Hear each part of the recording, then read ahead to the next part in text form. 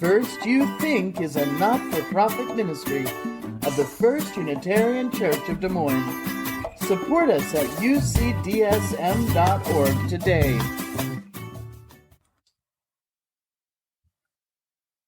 At the annual meeting of this church in 2021, the congregation selected Just Voices as a Faith in Action partner. Over the course of the 12 months that started in September of 2021, you provided over $7,500 to our mission and our vision, a vision that demands a society free from racial oppression. And our mission is to build a platform that educates, advocates, and collaborates in order to end racially biased policing in Iowa. And over the past 3 years since its creation as a nonprofit organization, Just Voices has acted on that vision by building a website and social media platforms that carry out our mission. And in order to make that mission actionable, we've focused our work on the Des Moines Police Department and joined with others in the activist community in demanding transformative changes in the department that will end to the proven racial bias in the operations of that department. This service is my way of saying thank you and of expressing my gratitude for your support in our work and for the larger movement excuse me, to deconstruct the oppressive carceral criminal justice system in Des Moines and around the United States. A movement that has, as many of you who've been here before and listened to me, has become my calling in retirement. And because this is a Sunday service in my church, I wanted to unpack the idea of gratitude and place it in a context of our Unitarian Universalist faith. So let's start. Gratitude is held out to be a virtue that Galen Gingrich, as you heard, describes as a uniquely religious virtue. He frames it this way: unless our faith is a mere intellectual affectation, the defining element of our faith must be a daily practice of gratitude. Why gratitude? The discipline of gratitude reminds us of how utterly dependent we are on the people and the world around us for everything that matters.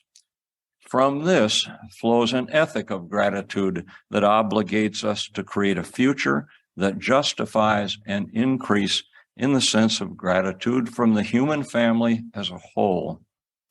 The ethic of gratitude demands that we nurture the world that nurtures us in return.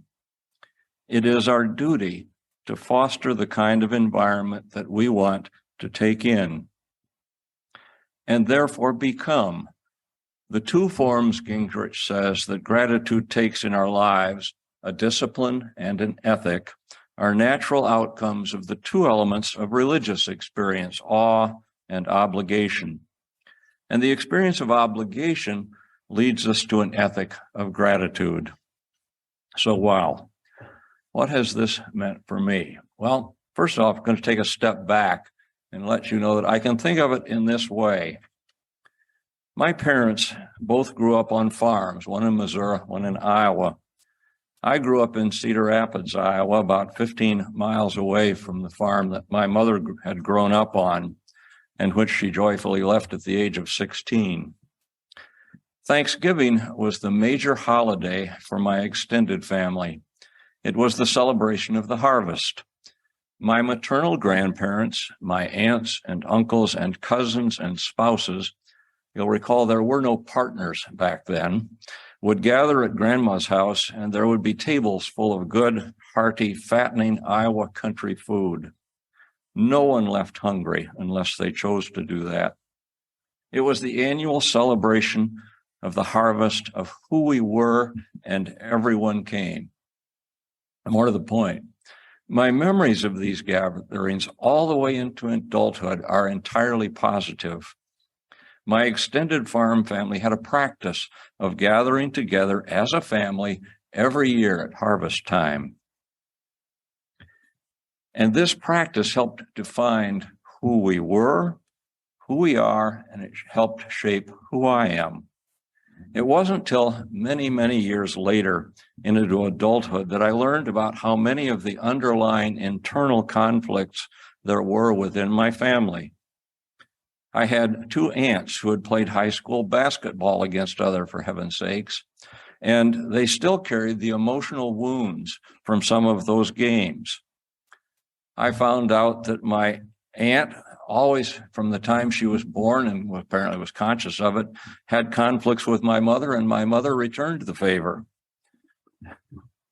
And I came to understand that my uncle, who was the primary person operating the farm, carried within him a kind of sadness of the fact that he had never been able to go to college because his dad had died and he was at an age where he had to take over the family farm. And of course, there was much more than that simply never happened or came up during all of those childhood gatherings that I can remember with such fondness. We as a family had a practice of gathering on each Thanksgiving in gratitude for the bounty of the land and for our extended family. And for that day and the few hours that we were together, we were kind to one another. I am reminded of that tradition, this practice, and the disciplines that are related to it each Thanksgiving as my family, and now Ellen's, gather to spend a couple of days together each year. We eat lots of really good food, most of it not the kind of traditional German dish that we ate during those times of harvest. We now have a major dish of lasagna, which is wonderful. We eat lots of really good food. We catch up with each other and how lives are going, and we play games. It is a lifetime practice that brings me joy every year. I'm grateful for it every year. Reverend Gingrich goes on to describe awe as a part of the religious principle of gratitude in the following way.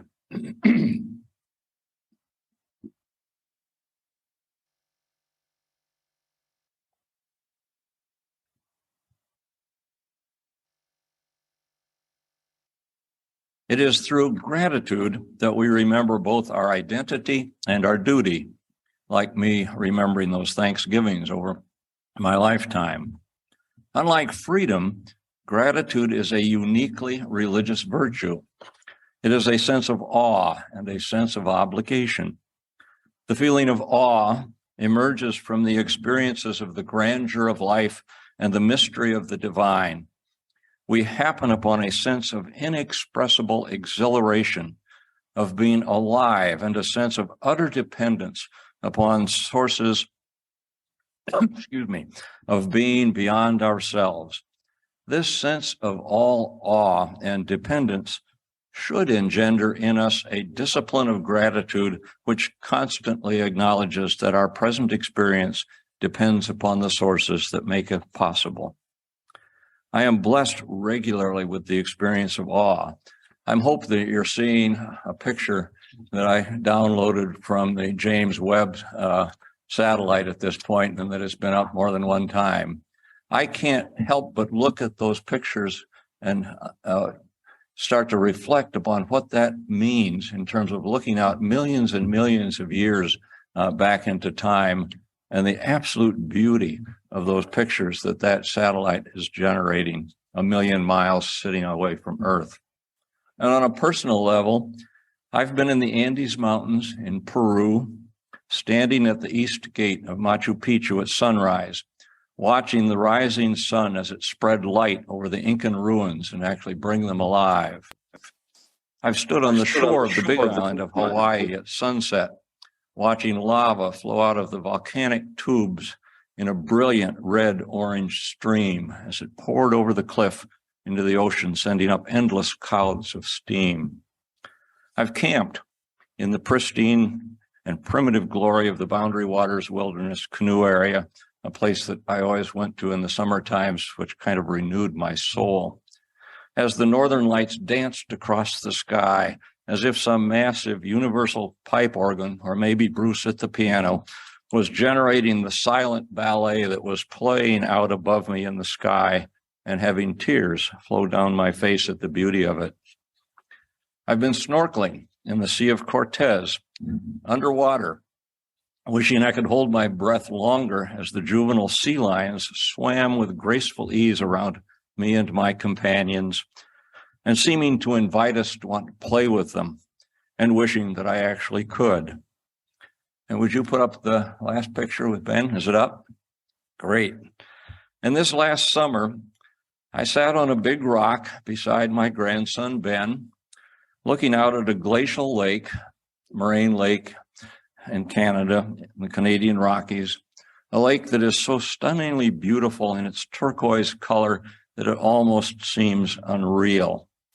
It is so lovely that it takes my breath away, even in memory and even in looking at it in a picture. In other words, I experience the world that we live in ways that move me deeply and inspire awe and wonder, joy and gratitude. Over the past 9 years, as I have participated in creating programs like Let's Talk, which is a Faith in Action partner this year, the School Mediation Project or Conflict Resolution Project, Just Voices, which is, of course, part of the Racial Profiling Project, and others like it that are all designed to dismantle the cradle-to-prison pipeline for Blacks, I have evolved in how I experience gratitude. If you've attended this church for a few years, you've heard me talk about the details of this before. This evolution has come from a clear and growing understanding of the lived reality of the oppression endured by people of color in our country, flowing from our original sin of slavery, an oppression that has been supported and maintained brutally to this day by the dominant white power structure in our country. And in this time, I've been transformed in ways that I could not possibly imagine in 2011 when I retired from my law practice. And it is the transformation that I want to leave you with in this service. Recall that Gingrich describes gratitude as a religious virtue. This is more of what he has said about it. There are many potential defining religious virtues from which to choose. The role of religion, in my view, is to help find our place as human beings within this universe we call home. You may remember that the word religion does not mean to liberate, to set free, but rather it means to bind together. Religion unites the meaning of our lives as human beings with the meaning that pervades the universe. Religion unites the spirit of humanity with the spirit that keeps the stars shining, the planets spinning, the flowers blooming in the springtime. Gingrich says, I believe that gratitude is the appropriate religious response to the nature of the universe. And I am touched by this and agree with it. I'm deeply moved each time I look at the photograph of my grandson, Ben, and I sitting on the rocks looking out over that Canadian glacial lake. I'm hopeful that when I die, my answers to the questions that are posed by Mary Oliver in her moving poem titled Gratitude reflect the same connection to this world that she describes so beautifully. Mm-hmm. I was delighted to hear Brene Brown connect a regular practice of gratitude to a life that contains joy.